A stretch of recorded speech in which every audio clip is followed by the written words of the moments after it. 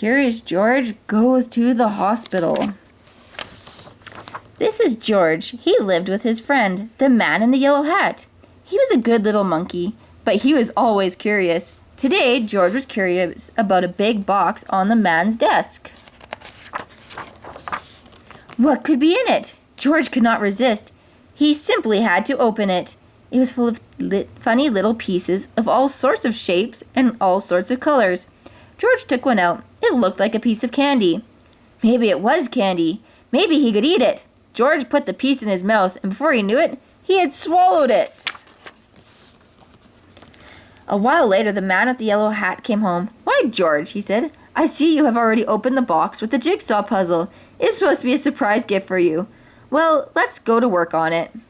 Finally, the puzzle was finished. Well, almost finished. One piece was missing. The man looked everywhere for it, but he could not find it.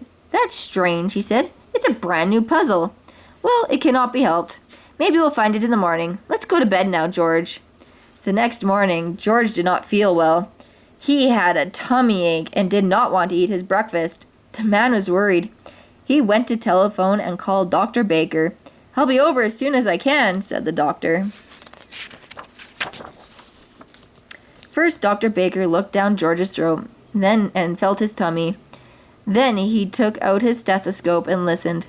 I'm not sure what's wrong, he said. You better take George to the hospital and have an x-ray taken. I'll call them and let you know you were coming. Don't worry, George, said the man when they were driving to the hospital. You have been there before when you broke your leg. Remember how nice the doctors and nurses were? George held his big rubber ball tight as they walked up to the hospital steps.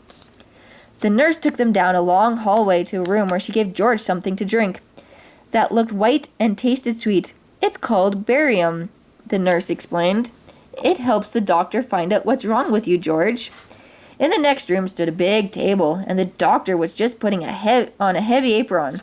Then he gave the man one just like it. George was curious. Would he get one too? No, he did not. You get on that table, George, the doctor said. I'm going to take some x-ray pictures of your insides. Then he pushed a button, and there was a funny noise. There, now you may get up, and we will have the x-rays developed right away. Now let's see. There's something in there that should not be, said the doctor when they were looking at the x-rays. Why, that looks like... I think that must be the piece that was missing in our jigsaw puzzle yesterday, said the man. Well, well, well, said the doctor. At least we know now what is wrong with our little patient. I'll tell Dr. Baker right away. George will have to stay at the hospital for a few days. They'll put a tube down his throat to get the piece out. It's only a small operation. I'll call a nurse and have her take you to the admitting office. Many people were waiting outside the office. George had to wait too. Look, Betsy, the woman next to him said to her little girl. There is Curious George. Betsy looked up for a moment, but she did not even smile. Betsy had never been to the hospital before. She was scared. Finally, it was George's turn. A pretty young nurse took him into the next room. My, how many rooms and how many nurses there were! One nurse wrote down a lot of things about George, his name and his address, and what was wrong with him. Another nurse put a bracelet around his wrist. It has your name on it, George, she said, and so that everybody knows who you are. Then a pretty young nurse came back. My name is Carol, she said. I'm going to take you to your room now. We call it the children's ward, and put you to bed. There will be lots of children to keep you company. And so it was. There were lots of children in the room. Some were up and around. Others were in their beds, with a doctor or nurse looking after them.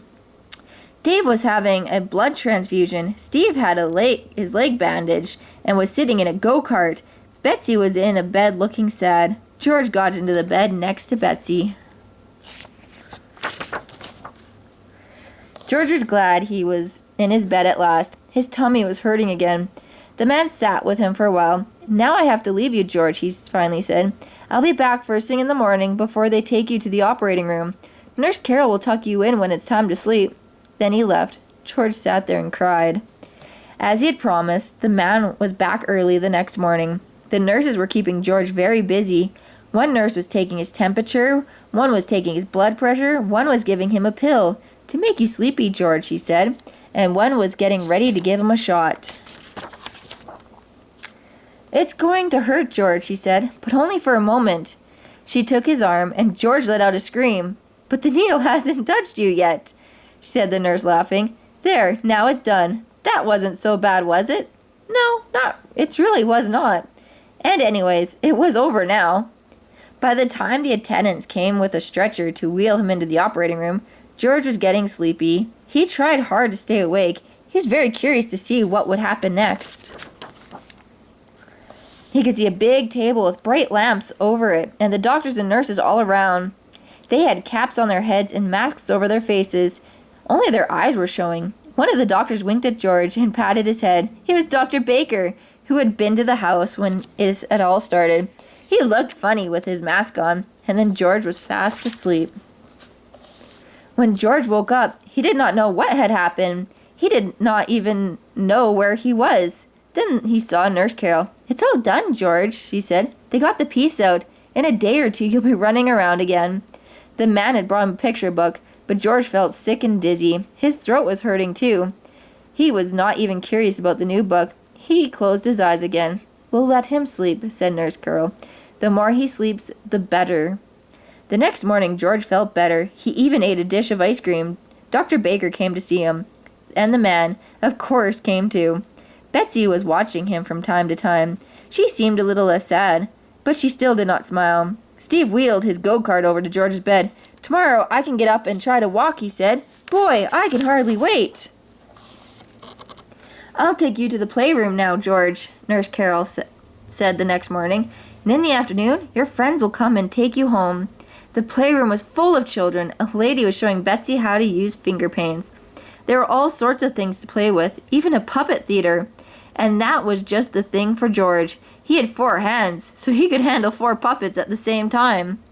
George gave a real puppet show with a dragon and a clown and a bear and a policeman. The children laughed and shouted, and even Betsy, for the first time, smiled a little. There was a TV set in the playroom, and also a record player. George was curious. If he climbed on the record player and turned the switch, would it go round and round like a merry-go-round? It did! It started slow, then went faster and faster, and whee! George had lost his balance and was sailing through the air. Luckily, George had landed on a soft cushion. The children cheered. Betsy smiled again. George was so funny. But then the play lady picked George up. "That's enough for now," she said. "You better take a nap before lunch. We have a big day ahead of us. The mayor is coming to visit the hospital today, and later on you will be going home, George." When George woke up, Steve was just taking his first step. A nurse was helping him, and the children were watching. The go-kart was standing there empty. George was curious, and he looked at it, and then he climbed in. Then he grabbed the wheels, and then nobody was looking. He wheeled the go-kart right out of the room. George could make the go-kart go very fast. This was fun! Down the hall he went. By now the nurses had noticed that he was gone and came running after him. "George! George!" she shouted. But George was too excited to listen. He wheeled around the corner and down the ramp to the floor below. There were some men were busy pushing lunch carts, and a lot of doctors and nurses were showing the mayor around. George tried to stop, but it was too late. Wham! The go-kart landed right in the middle of everything. Lunch carts tumbled, spinach and scrambled eggs and strawberry jam were all over the floor. People fell over each other, and George was thrown out of the go-kart and landed right in the mayor's arms. What a mess it was! "You broke all my dishes!" someone cried. "He ruined the go-kart!" complained another. "What will the mayor think of this?" whispered somebody else, and so it went. Suddenly, everybody looked up and listened. From above came happy laughter, and there stood Betsy laughing, laughing, laughing. Then the children joined in. The mayor started laughing. And finally, everybody else just laughed and laughed. Everybody, that is, except George. Betsy came running down the ramp, threw her arms around George and kissed him. "Don't be sad, George," she said. "The whole thing was so funny. I never laughed so much in my life. I'm so glad you were in the hospital with me." Now the director of the hospital spoke. "I'm sorry this happened, Mr. Mayor," he said, "but I think we'll just clean up the mess and be done with it." "George," he went on, "you've made a terrible mess, but you also made our sad little Betsy happy again, and that is more than any of us have done. And now I see your friend has just come to take you home. So goodbye, George, and take good care of yourself."